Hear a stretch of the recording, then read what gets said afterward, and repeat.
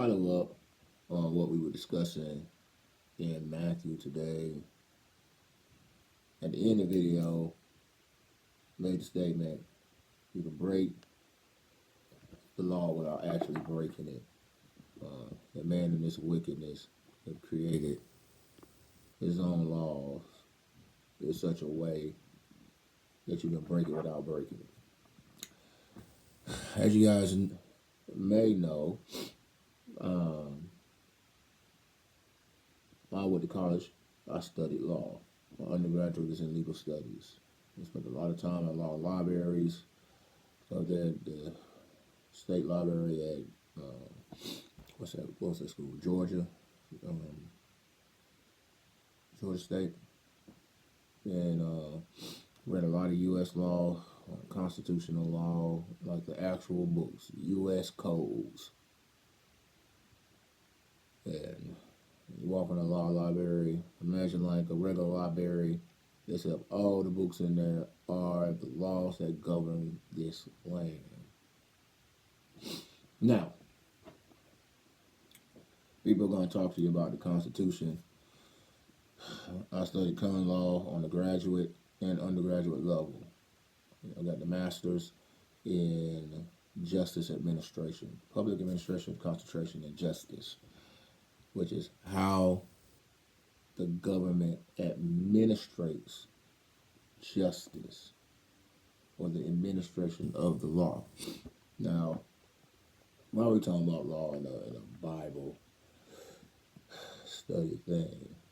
Because we're actually talking about what Joshua is dealing with the public, with the teachers, the scribes, Pharisees, Sadducees, the educated people, who are all the counts of the law are right. I only bring up the understanding of law because it's helped me in understanding when I read the Bible. And so you understand when Moses come down off that mountain with the 10 Commandments plus the other 600 or something legislations, the big idea is that if we live together in this promised land, we need to be able to govern ourselves in a particular way. Think of the law as, how do I love my neighbor? Practically. What things are good for my neighbor, for my family, for myself? Practically. And so these legislations should govern the way people, almost like a framework. Again, everything to include the law itself was summed up in those two verses we read. God, everything God, is me paraphrasing, and love your neighbor as yourself. So the law itself exists for that. Loving God, love your neighbor. It's the most important two things. And so everything else, all rules, regulations, statutes, etc., support those ideas. Remember, loving God, your creator of everything, and your neighbor, who is made in the very image of the creator. And that's the way law is supposed to work. Now, what they had done over the centuries, what the Talmud, the teaching of the elders that you hear Joshua referring to, is that they would take the law and then add interpretations on how to do the law. And so the teachers, the scribes, the Herodians that you will see mentioned in other groups, they have a particular worldview on how they see the application of the law, how we should live out the law. Okay? So when you see Joshua talking about there's a way to live out God's law in a way that is right. It's not the law itself. The law is pointing to something. All right, when it says do not kill, obvious. Do not steal, obvious. Okay? All the other things work that way as well. Homosexuality and the like. Again, it's not, it's not a matter of a preference or sexuality or any of these things that people make things about. It's really about, hey man, love God. God says it's the way it is. That's the way it is. All right. Anything opposite of that is wickedness. Why? Because the Creator, remember, Genesis, in the beginning, God. Period. So if He says something is wrong, it's wrong. Not because I feel, because He says. Now, imagine if I was a Leo and I know what that law says, but I don't want to do it. Let me figure out clever ways to say we did it, we didn't necessarily do it. Joshua will address that, and he does. Like, people were so wicked, they would say they was righteous in what they were doing in their giving or even in their offerings, but wouldn't help their parents. And I ain't got money to help my mom or dad. I need to give this to the church. It's like, no, that don't make no sense. So even if you hear a pastor saying, hey man, you might not have bill money, go look in your couch cupboard and give it to God, your bills get paid. No, it's not the way it works. Bills are bills. They cost real money. All right? There's no supernatural paying bills. No, you pay bills with real money. And if you have real money, then you take that real money and pay your real bills. Period. There's no need to give it to a church. For God, why? What does God need with your money? God, who is immaterial, was not physical. What is He going to do with essentially this? Remember, the only difference between this and the paper in your pocket is called money is the value that you place on it. The value that the world places on it. But remember, this can't do nothing for you. You can wipe your nose with it, but you can't eat it. It doesn't reproduce. Anyway, that's not what we're talking about. We're talking about the law. And so, anyway, what they would do would take the law and there'd be an interpretation. And the respective teacher would interpret it, and they'd be like, what about your interpretation? What about my interpretation? And that group of interpretations on how to actually live out the law is what makes up the Talmud or the teaching of the elders, etc., etc. This is man's attempt to try to be righteous or live with their neighbors in harmony. Now, our U.S. law and laws all over the world work the same type of way. How are we supposed to govern how we relate to one another in a country, a city, a land, a neighborhood, etc., etc. But you should know by now there appears to be exceptions. That someone can obviously do something that is against the law. They can obviously do something that's obviously hateful. It doesn't love their neighbor. Or theft. Straight up theft. Like the taking of land. The taking of lives. And be right. Because they did it under the law. Now, in those times, what they were doing, what Joshua was arguing against, was that they were doing all this in the name of Yahweh Elohim.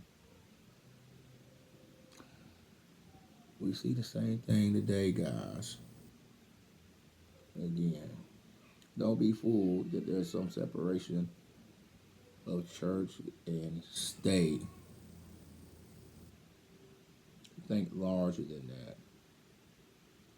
Think about a group of people living in a place, and how do we live together, and what standards, rules, morality, etc. govern those things.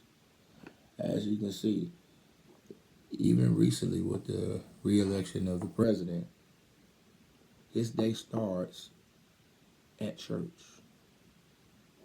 And even we just seen the most powerful people in the world that literally control all communication in the world are at church.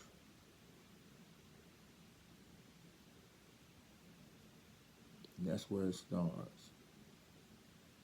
The coronation of the president's power. First stop is at the house of God. Now,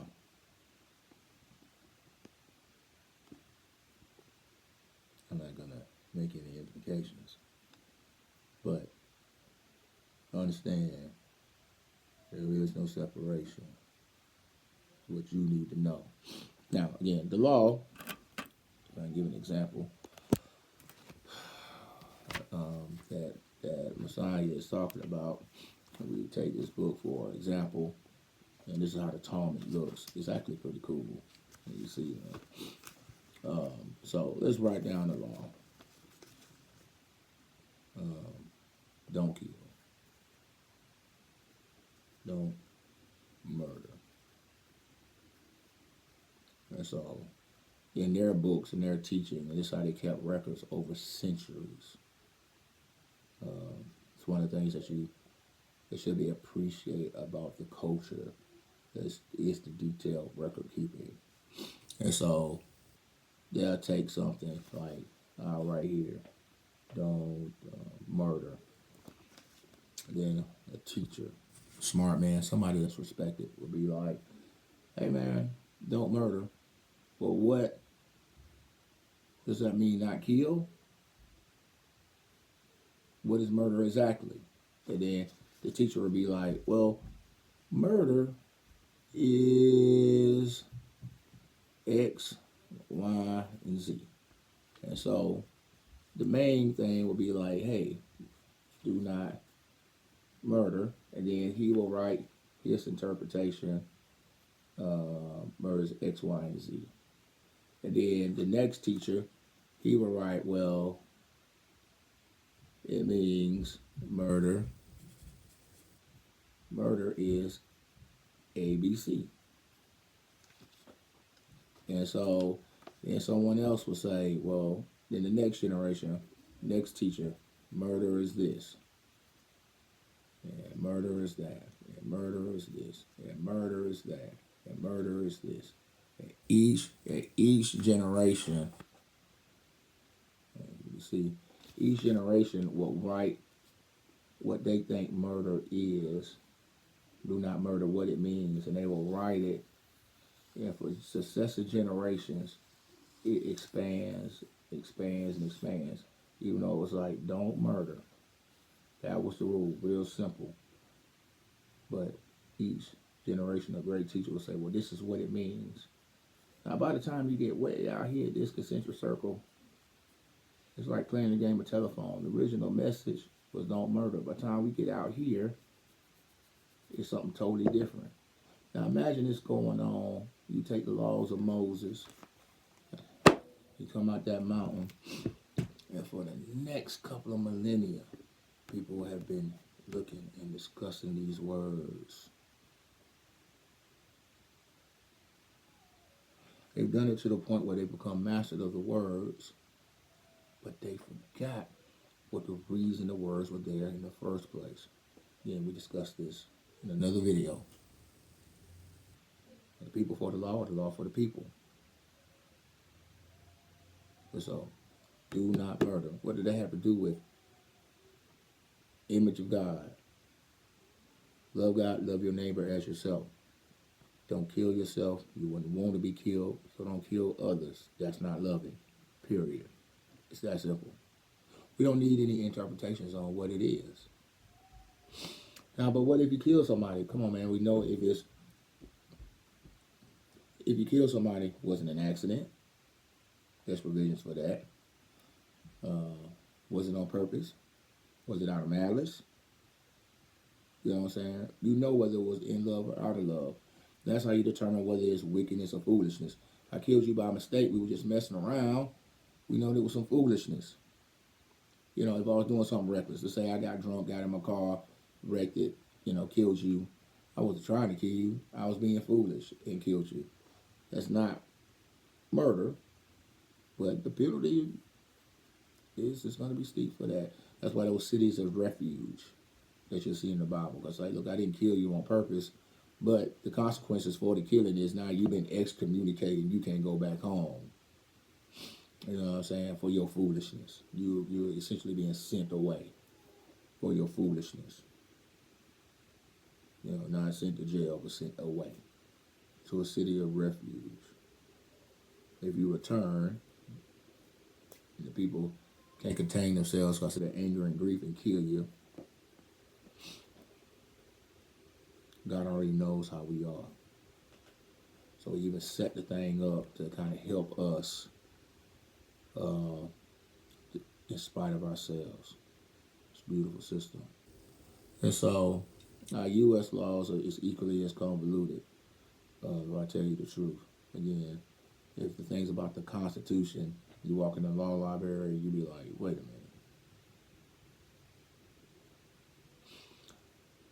minute.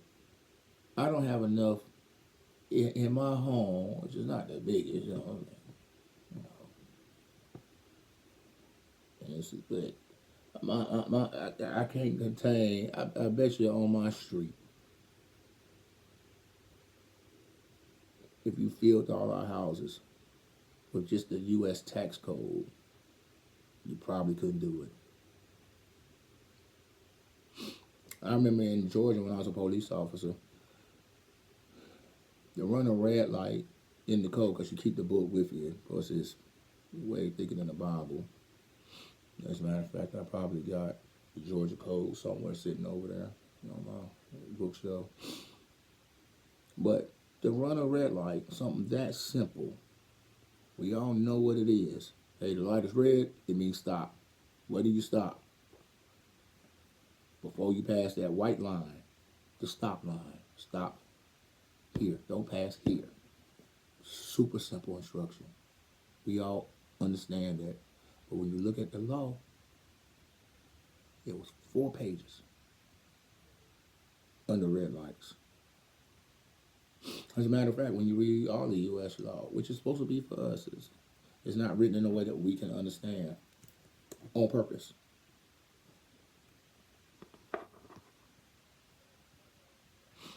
Even though the Constitution will let you know ignorance of the law is not the law's fault. But it doesn't mean that we who are in power, the people who make the laws, have to write the laws in a way that the public can understand it. Therein lies the problem. That's the same problem that they were having back then. And so, even how they were living, Sadducees, just think about it. Pharisees, Sadducees, where did that come from? We didn't see that with Moses and Aaron. When we meet a Levite, we meet Matthew. The Levite is collecting taxes. He's like the worst type of person. He's supposed to be with God, the house of God, mentioning those things. That's how corrupt things are. The people of God are out there stealing in more ways than one. You got Levi, and that's why I think they let you know his name is Levi, just to put it up there. Who is Levi? What is the Levite supposed to be doing? Not collecting taxes, not stealing from his own people. He's supposed to be managing the offerings of God and the house of things of God. So he's not doing that. Now we see a new group of people in a place called synagogues, in places of learning, teaching about God. Pharisees and Sadducees. The high priest is even there. It's like, what are y'all doing? This is not what God said, huh? With Moses and Aaron. And y'all are teaching, y'all doing all kinds of stuff y'all ain't supposed to be doing around here. That's what Messiah is complaining about. That's what John is complaining about. And all of y'all are gonna say y'all are doing what's right. Even Caiaphas um, should know better. But you see, John is messing with Herod, gets killed over Herod stealing his brother's wife.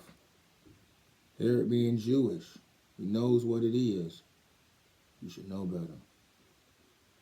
He's breaking commands left and right. No one said anything but John. And what did he tell them to do? Hey, do what God say. And they killed him for it. What did Joshua say? Hey man, y'all talk this, y'all say y'all righteous. This system y'all have is not righteous. If it was righteous, you would treat people a certain type of way, which y'all don't. And so if your system is set up in such a way, your governance allows, your good governance allows for people to be mistreated, to be hated, and to be legal and right. That's wickedness. That's why they kill him. That's why they killed John. Because they called out, they said, hey man, your law, what y'all doing ain't right. And y'all actually breaking the laws y'all claim to be upholding. And that's what you see in all those challenges in the parables, whether it be the woman caught in adultery, whether you see John or Herodias or speaking against the temple, which is what they charge Joshua with. And so what he's calling out here has to deal with the system in which the people live. Remember how he set it up in the garden. Remember how he set it up in the promised land.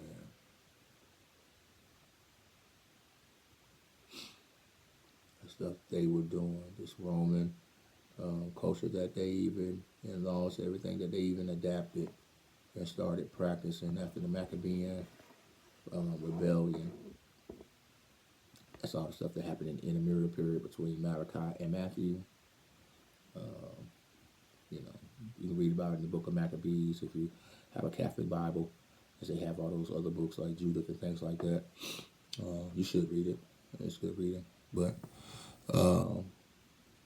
but that is that's what he's arguing about. And so they have made the law so convoluted, like I've done in this video, that people forgot what it was that they was really supposed to be doing. They had made it so that you could legally or on paper be right on paper. From what I was showing y'all in here with all the laws, if boy, look at God, y'all just saw a miracle. I just opened this thing. I didn't know where it was, and it went right to where I wanted it to. Anyway,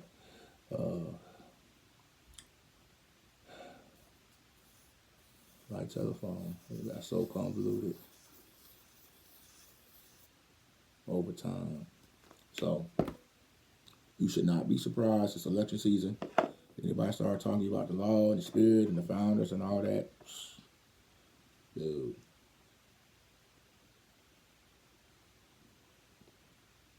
No. Those are words on paper. The idea is what matters. Love your neighbor. Live in safety. It should be no reason to fear. You should be able to live in safety. With the way laws are written, they get so convoluted, people are afraid.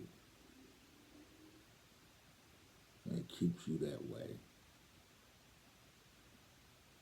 And out of fear, you won't love your neighbor. You'll hate. You know, I don't know who to trust. I don't know who I can talk to.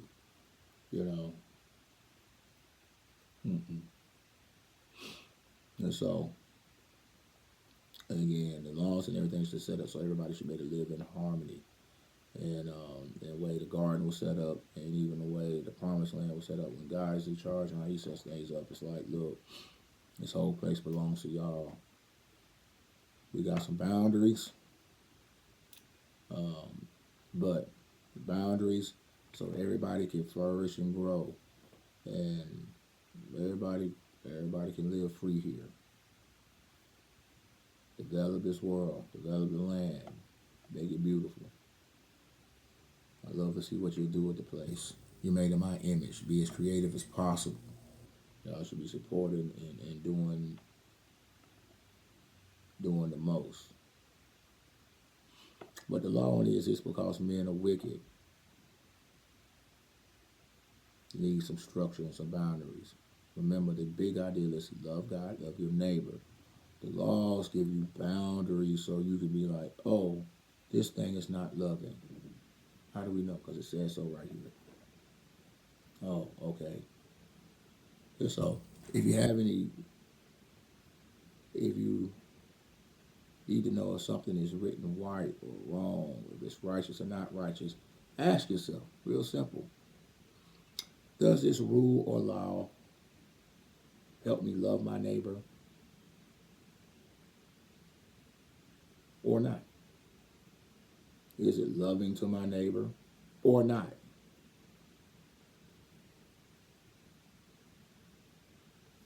It's just that simple. Does it cause me to hate my neighbor? Does it cause me to worship this world or worship things? Does this law put stuff above people? For example, I'm going to cut this video off in a second. For example, there was a time and other circumstances where I've seen, as a person who enforced law at a time, where I've seen people get more jail time for hitting a dog, abusing a dog, than abusing a person.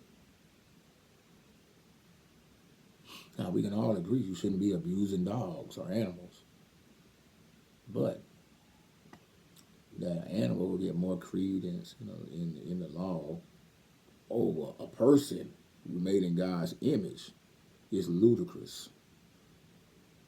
But that's where the culture has gotten, and that's what has progressed.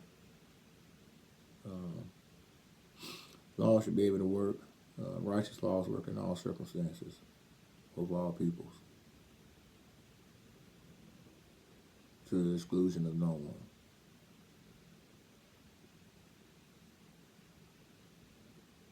But that being said, remember, all law, even God's law, summed up in 2 verses. Love God, love your neighbor. We just read that. God bless.